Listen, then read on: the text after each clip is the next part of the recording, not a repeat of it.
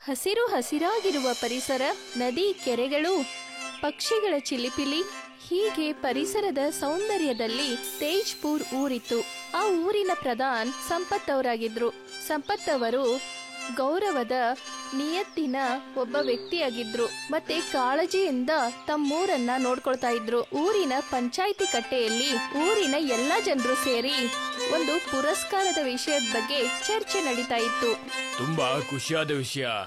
ಪ್ರತಿ ವರ್ಷದ ಹಾಗೇನೆ ಈ ವರ್ಷ ಕೂಡ ನಮ್ಮ ಊರಿಗೆ ಆದರ್ಶ ಊರು ಅಂತ ಪುರಸ್ಕಾರ ಸಿಕ್ಕಿದೆ. ಈ ಪುರಸ್ಕಾರ ಸಾಬೀತ್ ಮಾಡುತ್ತೆ ನಮ್ಮ ಊರಲ್ಲಿ ಅಭಿವೃದ್ಧಿ ಜೊತೆ ಜೊತೆಗೇನೆ ಸುಖ ಶಾಂತಿ ಕೂಡ ಇದೆ. ನಾನ್ ನಿಮ್ಗೆಲ್ಲ ಏನ್ ಹೇಳೋದಕ್ಕೆ ಇಷ್ಟಪಡ್ತೀನಿ ಅಂದ್ರೆ, ನೀವೆಲ್ಲರೂ ಸೇರ್ಕೊಂಡು ಹೀಗೆ ಒಗ್ಗಟ್ಟಿಂದ ಖುಷಿಯಾಗಿರಿ. ಆದ್ರೆ ಸಂಪತ್ ಅವ್ರೆ, ಅಭಿವೃದ್ಧಿ ಮತ್ತೆ ಸುಖ ಶಾಂತಿ ಹಾಗಿರ್ಲಿ, ಆದ್ರೆ ಪ್ರತಿ ವರ್ಷದ ಹಾಗೆ ಈ ವರ್ಷ ಕೂಡ ನಮ್ಮೂರಲ್ಲಿ ಸಿಕ್ಕಾಪಟ್ಟೆ ಚಳಿ ಇರುತ್ತೆ. ಅದಕ್ಕೇನ್ ಮಾಡೋದು? ಅದಕ್ಕೆ ನಿಮ್ಮ ಹತ್ರ ಏನಾದ್ರೂ ಪರಿಹಾರ ಇದೆಯಾ? ಪ್ರತಿ ವರ್ಷ ಚಳಿಗಾಲ ಇರುತ್ತೆ, ಮತ್ತೆ ನಾವು ಪ್ರತಿ ವರ್ಷದ ಹಾಗೆ ಈ ವರ್ಷ ಕೂಡ ಎಲ್ರಿಗೂ ಕಂಬಳಿ ಹಂಚ್ತೀವಿ. ಆದ್ರಿಂದ ಜನ ಚಳಿಯಿಂದ ಮುಕ್ತರಾಗ್ತಾರೆ. ಇವನು ಸಂಪತ್ ಅವರ ಮಗ ಸೂರಜ್ ಅಂತ. ಇವನು ಕೂಡ ತನ್ನ ತಂದೆ ಅಂತೆ ಒಬ್ಬ ಗೌರವದ ನಿಯತ್ತಿನ ವ್ಯಕ್ತಿಯಾಗಿದ್ರು. ಮತ್ತೆ ಊರಿನ ಒಳಿತಿಗಾಗಿ ಯೋಚನೆ ಮಾಡ್ತಿದ್ದ. ಆದ್ರೆ ಈ ವರ್ಷ ನಮಗ್ ಗೊತ್ತಾಗಿದೆ, ಪ್ರತಿ ವರ್ಷಕ್ಕಿಂತ ಹೆಚ್ಚು ಚಳಿ ಈ ವರ್ಷ ಆಗುತ್ತಂತೆ. ನೀವು ಚಿಂತೆ ಮಾಡಕ್ ಹೋಗ್ಬೇಡಿ, ನಾವಿದ್ನ ಬಗೆಹರಿಸಕ್ಕೆ ಪೂರ್ತಿ ಪ್ರಯತ್ನ ಪಡ್ತೀವಿ. ರಾಮದಾಸ್ ಮಾತು ನಿಜ ಆಯ್ತು. ಈ ಸಾರಿ ಊರಲ್ಲಿ ತುಂಬಾನೇ ಚಳಿ ಶುರು ಆಯ್ತು. ಸಂಪತ್ ಮತ್ತೆ ಸೂರಜ್ ಸೇರಿ ಊರಿನ ಜನರಿಗೆ ಕಂಬಳಿಯನ್ನ ಹಂಚ್ತಾರೆ. ಆದ್ರೆ ಆ ಕಂಬಳಿಗಳು ಜನರಿಗೆ ಸಾಕಾಗಲ್ಲ. ಅಯ್ಯೋ, ಈ ಸಲ ಚಳಿ ಹೆಂಗಿದೆ ಅಂದ್ರೆ 2-3 ಕಂಬಳಿ ಹಾಕೊಂಡು ಸಾಕಾಗ್ತಿಲ್ಲ ಕಣೋ. ಓ ಕಣೋ, ಈ ವರ್ಷ ಸಂಪತ್ ರಾಮ್ ಅವರು ಎಷ್ಟೆಲ್ಲ ಕಂಬಳಿ ಹಂಚಿದ್ರು ಅದು ಸಾಕಾಗ್ತಾನೆ ಇಲ್ಲ, ಕಡಿಮೆ ಆಗ್ತಾನೆ ಇದೆ. ಇವಾಗ ಏನ್ ಮಾಡೋದು? ಈ ಚಳಿ ಕಡಿಮೆ ಆಗ್ತಾನೆ ಇಲ್ವಲ್ಲ. ಚಳಿ ಇದೆ ಅಂತ ಕೆಲ್ಸಕ್ಕೆ ಹೋಗದೆ ಮನೇಲೇ ಇದ್ರೆ ಹಸಿವಿನಿಂದ ಸತ್ತೋಗ್ತೀವಿ. ಅಲ್ಲ, ನಾವ್ ಏನ್ ತಾನೇ ಮಾಡೋದು? ನನಗನ್ನಿಸ್ತಾ ಇದೆ ನಾವು ದನ್ಸಕ್ ಅವ್ರ ಅಂಗಡಿಗೆ ಹೋಗ್ಬೇಕು ಅಂತ. ಆದ್ರೆ ಅವನ ಹತ್ರ ಸಿಕ್ಕಾಪಟ್ಟೆ ಕಾಸ್ಟ್ಲಿ ತಾನೆ, ಏನ್ ಮಾಡೋದು? ಮತ್ತೆ ಬೇರೆ ದಾರಿ ಇದ್ರೆ ಹೇಳಪ್ಪ ನನಗೆ.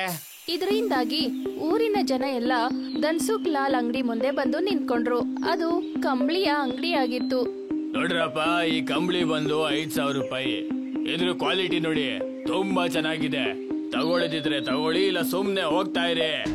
ನಿಮ್ಮ ಮುಖ್ಯಸ್ಥನ್ ಕಂಬಳಿ ತರ ಅಲ್ಲ ನಂದು. ಅವ್ರ ಬೆಡ್ಶೀಟ್ ಕ್ವಾಲಿಟಿ ನೋಡ್ರೆ ಗೊತ್ತಾಗುತ್ತೆ ಅದು ಎಂತದ್ದು ಅಂತ. ವ್ಯತ್ಯಾಸ ಇರೋದು ನಿಮ್ಮ ಮತ್ತೆ ಅವರ ವ್ಯಕ್ತಿತ್ವದಲ್ಲಿ. ಅವ್ರು ಕೊಟ್ಟಿರೋ ಕಂಬಳಿ ತುಂಬಾ ಚೆನ್ನಾಗೇ ಇದೆ. ಮತ್ ನೀವ್ ಯಾವ ಕಂಬಳಿನ 5,000 ರೂಪಾಯಿಗೆ ಮಾಡ್ತಾ ಇದ್ದೀರೋ ಅದ್ರ ಬೆಲೆ 2,000 ರೂಪಾಯಿಗಿಂತ ಜಾಸ್ತಿ ಇಲ್ಲ. ಊರಲ್ಲಿ ಇಷ್ಟೊಂದು ಚಳಿ ಇದೆ, ಮತ್ ನೀವು ಲಾಭ ಮಾಡ್ಕೊಳ್ಳೋದ್ರ ಬಗ್ಗೆ ಯೋಚನೆ ಮಾಡ್ತಾ ಇದ್ದೀರಾ? ಅಯ್ಯೋ, ಬಡವರನ್ನ ಬಿಟ್ಟಾಕಿ ಶ್ರೀಮಂತರು ಕೂಡ ಈ ಕಂಬಳಿನ ಖರೀದಿ ಮಾಡಕ್ಕೆ ಯೋಚನೆ ಮಾಡ್ತಾರೆ. ನೀವು ಕೂಡ ಇದೆ ಊರಿನವರು ತಾನೆ. ಈ ಊರಿನ ಬಗ್ಗೆ ನಿಮ್ಗೆ ಒಂಚೂರು ಕಾಳಜಿ ಇಲ್ವಾ? ನಾನು ಊರಿನ ಬಗ್ಗೆ ಕಾಳಜಿ ವಹಿಸ್ತೀನಿ ಕಣಪ್ಪ, ಅದಕ್ಕೆ ರೇಟು ಕಡಿಮೆ ಹೇಳ್ತಾ ಇರೋದು. ಇಲ್ಲಾಂದ್ರೆ ಸಿಟಿಗೆ ಹೋಗಿ ಕೇಳಿ ರೇಟ್ ಎಷ್ಟಿದೆ ಅಂತ. ಈ ಕ್ವಾಲಿಟಿ ಕಂಬಳಿ ನಿಮ್ಗೆ 7,000 ರೂಪಾಯಿಂದ 8,000 ರೂಪಾಯಿ ಕಡಿಮೆ ಸಿಗಲ್ಲ. ಊರಿನ ಕಾಳಜಿ ಸಂಪತ್ ಮತ್ತೆ ಸೂರಜ್ಗೆ ಇತ್ತು. ಅವರು ಮನೇಲಿ ಕುತ್ಕೊಂಡು ಆ ವಿಷಯವಾಗಿ ಚರ್ಚೆ ಮಾಡ್ತಾ ಇರ್ತಾರೆ. ಅಪ್ಪಾಜಿ, ಈ ಸಲ ಚಳಿ ಅಂತೂ ಊರಲ್ಲಿ ಜನರು ಪ್ರಾಣ ತೆಗಿತಾ ಇದೆ. ಹಾ, ಕೇಳಿದೀನಿ. ನಿನ್ನೆ ಮಂಗಳೂರಪ್ಪ ಚಳಿಯಿಂದ ಸತ್ತೋದ್ರಂತೆ. ಕೇಳಿ ತುಂಬಾನೇ ಬೇಜಾರಾಯ್ತು. ಒಂದ್ ವೇಳೆ ಹೀಗೆ ಆಗ್ತಾ ಇದ್ರೆ ಊರಲ್ಲಿ ಒಂದು ಪರಿವಾರ ಕೂಡ ಜೀವಂತವಾಗಿರಲ್ಲ. ಧನ್ಸುಖ್ ಲಾಲು ತನ್ನ ಲಾಭದ ಬಗ್ಗೆ ಯೋಚನೆ ಮಾಡದೆ ಸ್ವಲ್ಪ ಊರಿನವ್ರ ಬಗ್ಗೆ ಯೋಚನೆ ಮಾಡಿದ್ರೆ ಎಲ್ಲ ಸಮಸ್ಯೆನೂ ದೂರ ಆಗತ್ತೆ. ಅವ್ನ್ ರೇಟ್ನ ಅಷ್ಟೊಂದು ಹೇಳಿದ್ರೆ ಜನ ಹೇಗ್ ತಾನೇ ಖರೀದಿ ಮಾಡ್ತಾರೆ? ನನ್ಗನ್ಸುತ್ತೆ ನಾನು ಧನ್ಸುಖ್ ಲಾಲ್ ಹತ್ರ ಹೋಗಿ ಮಾತಾಡ್ಬೇಕು ಅಂತ. ಸಂಪತ್ ಲಾಲ್ ಅವರು ಧನ್ಸುಖ್ ಮನೆಗೆ ಹೋಗ್ತಾರೆ. ಅಲ್ಲಿ ಕೂಡ ಅವ್ರಿಗೆ ಅದೇ ಉತ್ತರ ಸಿಕ್ತು. ಅವ್ರು ಏನ್ ಅನ್ಕೊಂಡಿದ್ರೋ ಅದೇ ಉತ್ತರ. ಧನ್ಸುಖ್ ಲಾಲ್, ಸ್ವಲ್ಪ ನನ್ನ ಮಾತನ್ನ ಕೇಳು. ನೀನು ಊರ್ನವ್ರ ಬಗ್ಗೆ ಸ್ವಲ್ಪ ಯೋಚನೆ ಮಾಡು. 500 ರೂಪಾಯಿ ಕೂಡ ಖರ್ಚು ಮಾಡಕ್ಕಾಗದಿರೋ ಜನರ ಹತ್ರ ಅಲ್ಲ ಅವ್ರುಗಳು 5,000 ರೂಪಾಯಿ ಕೊಟ್ಟು ಕಂಬಳಿನ ಹೇಗ್ ಖರೀದಿ ಮಾಡ್ತಾರೆ ಹೇಳು? ನೀವ್ ಹೇಳ್ತಾ ಇರೋದು ನಾನು ಕಡಿಮೆ ಬೆಲೆಗೆ ಕಂಬಳಿ ಮಾರ್ಬೇಕು ಅಂತಾನ? ಅಯ್ಯೋ, ನಾನು ದುಡ್ಕೊಳಕ್ಕಾಗೋದು ಇದೇ ಸೀಸನ್ ನಲ್ಲಿ. ನಾನು ಈ ಸೀಸನ್ ಅಲ್ಲಿ ಮಾಡ್ಕೊಳ್ದೆ ಮತ್ ಯಾವ ಸೀಸನ್ ಅಲ್ಲಿ ಮಾಡ್ಕೊಳ್ಳಿ ದುಡ್ಡನ್ನ? ನಾನು ಕಡಿಮೆ ಬೆಲೆಗೆ ಕಂಬಳಿ ಮಾರಲ್ಲ. ಇದೇ ಫೈನಲ್ ಡಿಸಿಷನ್. ಸಂಪತ್ ರಾಮ್ ಮತ್ತೆ ಸೂರಜ್ ತಮ್ಮ ಮನೇಲಿ ಕುತ್ಕೊಂಡಿದ್ರು.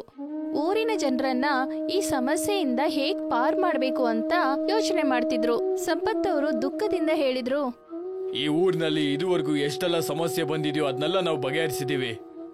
ಅಪ್ಪಾಜಿ, ನೀವು ಚಿಂತೆ ಮಾಡಬೇಡಿ, ಏನಾದ್ರೂ ಒಂದು ದಾರಿ ಮಾಡೋಣ. ನಾನು ಯಾವಾಗಿನ ಮುಖ್ಯಸ್ಥ ಆಗಿದ್ದೀನೋ ಈ ಊರ್ನ ಮಗು ತರ ಕಾಪಾಡ್ಕೊಂಡು ಬಂದಿದ್ದೀನಿ. ಪ್ರತಿ ಸಮಸ್ಯೆಗೂ ಉಪಾಯ ಹುಡುಕಿದ್ದೆ, ಆದ್ರೆ ಈ ಸಮಸ್ಯೆಗೆ ಉಪಾಯ ಸಿಗ್ತಾನೆ ಇಲ್ಲ ನನಗೆ. ನನಗೆ ಈ ಸಮಯದಲ್ಲಿ ಏನ್ ಮಾಡ್ಬೇಕು ಅಂತಾನೆ ಗೊತ್ತಾಗ್ತಿಲ್ಲ. ತನ್ನ ತಂದೆ ಸ್ಥಿತಿ ನೋಡಿ ಸೂರಜ್ ಕೂಡ ತುಂಬಾನೇ ದುಃಖ ಆಗ್ತಾನೆ.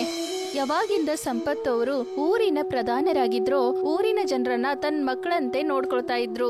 ತನ್ನ ಕುಟುಂಬಕ್ಕಿಂತ ಮೊದ್ಲೇ ಊರಿನ ಜನರನ್ನ ಕಾಳಜಿಯಿಂದ ನೋಡ್ಕೊಳ್ತಾ ಇದ್ರು. ಈ ಸಾರಿ ಈ ಚಳಿಯ ಸಮಸ್ಯೆ ಸಂಪತ್ ಅವ್ರಿಗೆ ತುಂಬಾನೇ ಕಾಡ್ತಾ ಇತ್ತು. ತನ್ನ ತಂದೆ ಹಾಗೆ ಸೂರಜ್ ಕೂಡ ಊರನ್ನ ತುಂಬಾನೇ ಪ್ರೀತಿ ಮಾಡ್ತಿದ್ದ. ಅವನ್ಗೂ ಕೂಡ ಈ ಸಮಸ್ಯೆಯನ್ನ ಹೇಗ್ ಪರಿಹರಿಸ್ಬೇಕು ಅಂತ ಗೊತ್ತಾಗ್ತಾ ಇರಲಿಲ್ಲ. ಇದರಿಂದಾಗಿ ಅವನು ನದಿ ಹತ್ರ ಸುತ್ತಾಡೋಕ್ಕೆ ಹೋಗ್ತಾನೆ. ಅಯ್ಯೋ ಅಣ್ಣ ಕೇಳಿ, ನಮ್ ಬಾಲು ಆ ಬಿಲದೊಳಗಡೆ ಬಿದ್ದ್ಬಿಟ್ಟಿದೆ. ದಯವಿಟ್ಟು ನೀವು ನಮ್ಗೆ ಆ ಬಾಲ್ನ ಎತ್ಕೊಡ್ತೀರಾ ಅಣ್ಣ? ಎಲ್ಲಿ ಹೋಗಿದೆ ನಿನ್ ಬಾಲು? ಅಲ್ಲಿ ನೋಡಿ, ಅಲ್ಲಿ ಆ ಹುತ್ತದೊಳಗಡೆ ಹೋಗಿದೆ. ನಿಮ್ಗಳಿಗೆ ಆಡಕ್ಕೆ ಇದೇ ಜಾಗ ಸಿಕ್ಕಿದ್ದ? ಮೈದಾನಕ್ಕೆ ಹೋಗಿ ನಿಮ್ಗೆಲ್ಲ ಆಡಕ್ಕಾಗಲ್ವಾ? ಇಲ್ಲಿ ಹುತ್ತ ಇದೆ, ಹುತ್ತದಲ್ಲಿ ಹೇಳಕ್ಕಾಗಲ್ಲ ಏನಿರುತ್ತೆ ಅಂತ. ಹಾವು ಕಚ್ಚಿದ್ರೆ ಏನ್ ಮಾಡ್ತೀರಾ? ಅಣ್ಣ ಪ್ಲೀಸ್ ಬಾಲ್ನ ತೆಕ್ಕೊಡಿ, ನಾವು ಈ ಕೂಡ್ಲೆ ಮೈದಾನಕ್ಕೆ ಹೋಗಿ ಆಡ್ಕೋತೀವಿ. ಪ್ಲೀಸ್ ಬಾಲ್ನ ತೆಕ್ಕೊಡಿ ಅಣ್ಣ.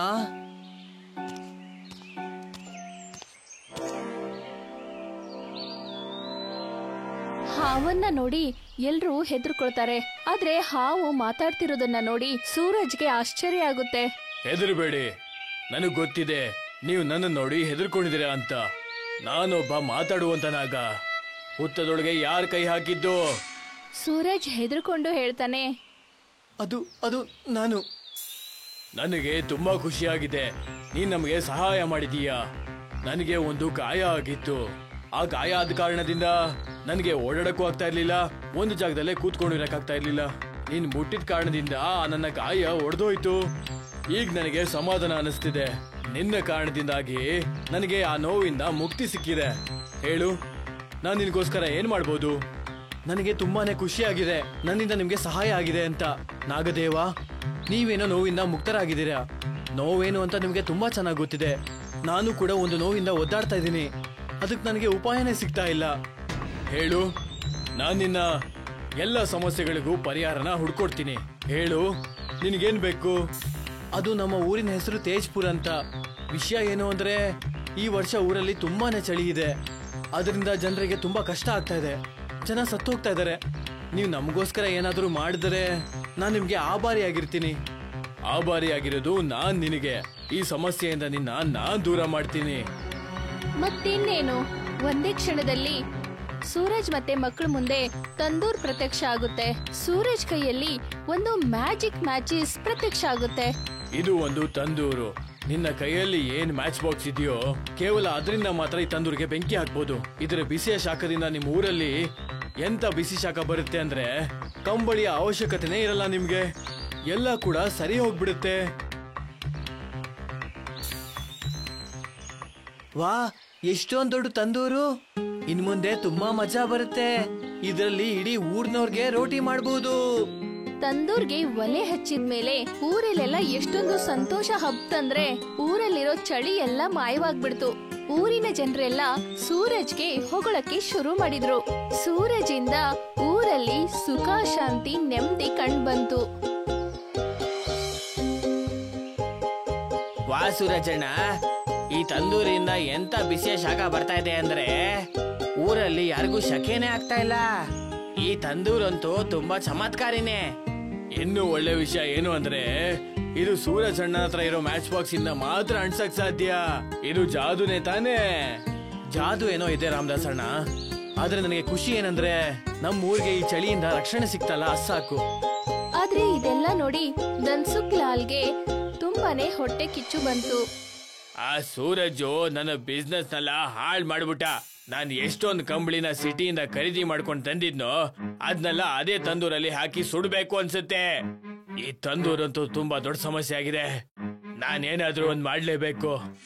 ನಾನ್ ಕೇಳ್ಪಟ್ಟೆ ಸೂರಜ್ ಹತ್ರ ಇರೋ ಮ್ಯಾಚಿಸ್ ಇಂದ ಕೇವಲ ಅದರಿಂದ ಮಾತ್ರ ಒಲೆನ ಹಚ್ಬೋದು ಅಂತ.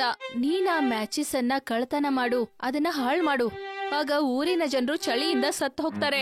ಮತ್ತೆ ಚಳಿಯಿಂದ ತಪ್ಪಿಸ್ಕೊಳ್ಬೇಕಂದ್ರೆ ನಿನ್ನಲ್ಲಿರೋ ಕಂಬಳಿಗಳನ್ನ ಅವ್ರು ಕೊಂಡ್ಕೋಬೇಕು. ಹೌದು, ಆದ್ರೆ ಏನಂತ ಮಾಡೋದು? ಆ ಮ್ಯಾಚಸ್ ನ ನಾವ್ ಹೇಗಂತ ಕಳ್ತನ ಮಾಡೋದು? ನೀನ್ ಆ ಮ್ಯಾಚಸ್ ಅನ್ನ ಊರಿನ ಜನರಿಗೆ ಗೊತ್ತಿಲ್ದ ಹಾಗೆ ಕಳ್ತನ ಮಾಡು. ಒಂದ್ ಕೆಲ್ಸ ಮಾಡು, ರಾತ್ರಿ ಹೊತ್ತಲ್ಲಿ ಸಂಪತ್ ರಾಮ್ ಅವ್ರ ಮನೆಗೆ ನೀನ್ ಹೋಗು. ಮತ್ತೆ ಅಲ್ಲಿರೋ ಮ್ಯಾಚಸ್ನ ತಗೊಂಡು ಅದನ್ನ ನಾಶ ಮಾಡು. ರಾತ್ರಿ ಹೊತ್ತು ಊರಿನ ಜನರೆಲ್ಲ ಮಲ್ಕೊಂಡಾಗ ಸಂಪತ್ ರಾಮ್ ಮನೆ ಹಿಂದಿನ ಕಿಟಕಿಯಲ್ಲಿ ಏನೋ ಶಬ್ದ ಆಗುತ್ತೆ.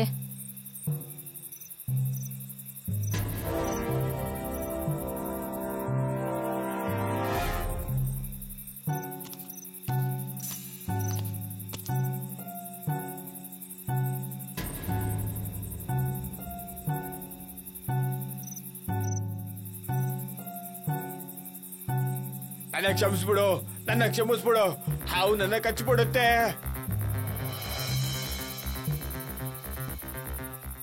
ಧನ್ಸುಕ್, ನೀನ್ ಇಲ್ಲೇನ್ ಮಾಡ್ತಿದ್ಯಾ? ನೀನು ಕಳ್ಳನ್ ತರ ನಮ್ಮನೆಗೆ ಯಾಕೆ ಬಂದಿದ್ಯಾ? ನಿನ್ನ ಜಾದುವಿನ ತಂದೂರಿನ ಅಂತೂ ಊರ್ನವ್ರಿಗೆ ಒಳ್ಳೇದಾಯ್ತು, ಆದ್ರೆ ನನ್ನ ವ್ಯಾಪಾರ ಹಾಳಾಗೋಯ್ತು. ನನಗೆ ನಷ್ಟ ಆಗ್ತಾ ಇತ್ತು. ಒಂದ್ ವೇಳೆ ಹೀಗೆ ಆಗ್ತಾ ಇದ್ರೆ ನಾನ್ ದುಡ್ಡ ಹೇಗ್ ಮಾಡ್ಲಿ ಹೇಳಿ? ಅದಕ್ಕೆ ನಾನು ನಿಮ್ಮ ತಂದೂರಿನ ಮ್ಯಾಚಸ್ ಅನ್ನ ಹಾಳು ಮಾಡಕ್ಕೆ ಅಂತ ಇಲ್ಲಿಗೆ ಬಂದಿದ್ದು. ಆದ್ರೆ ನಾನದ್ನ ಮುಟ್ತಿದ್ದ ಹಾಗೆ ಅದೊಂದು ಹಾವಾಗಿ ಬದಲಾಗೋಯ್ತು. ಈಗ ನೋಡಿ, ನೆಲದ ಮೇಲೆ ಬೀಳ್ತಿದ್ದ ಹಾಗೆ ಮತ್ತೆ ಮ್ಯಾಚಸ್ ಆಗೋಯ್ತು. ನನ್ನ ಕ್ಷಮಿಸ್ಬಿಡಿ, ನಾನಿಂತ ತಪ್ಪನ್ನ ಯಾವತ್ತೂ ಮಾಡಲ್ಲ. ಎದುರುಗಡೆ ಇರೋ ದೃಶ್ಯನ ನೋಡಿ ಧನ್ಸುಕ್ ಲಾಲ್ ಯೋಚನೆ ಏನಂತ ಸೂರಜ್ ಮತ್ತೆ ಸಂಪತ್ಗೆ ಗೊತ್ತಾಗುತ್ತೆ. ಮನುಷ್ಯ ದುರಾಸೆಯಿಂದ ಯಾವ ರೀತಿ ಕುರುಡನಾಗ್ತಾನೆ ಅಂದ್ರೆ ಅದಿವತ್ ನಿನಗೆ ಅರ್ಥ ಆಗಿರ್ಬೇಕು ಅನ್ಸುತ್ತೆ. ನೀನು ಕೂಡ ಇದೇ ತೇಜ್ಪುರ್ ಊರಿನ ಸದಸ್ಯ ತಾನೆ. ಊರಿನ ಸುಖ ದುಃಖದಲ್ಲಿ ನೀನು ಸಹಾಯ ಮಾಡ್ಬೇಕು ತಾನೆ. ಬದ್ಲಿಗೆ ದುರಾಸೆಯಿಂದ ಕುರುಡನಾಗ್ಬಾರ್ದು.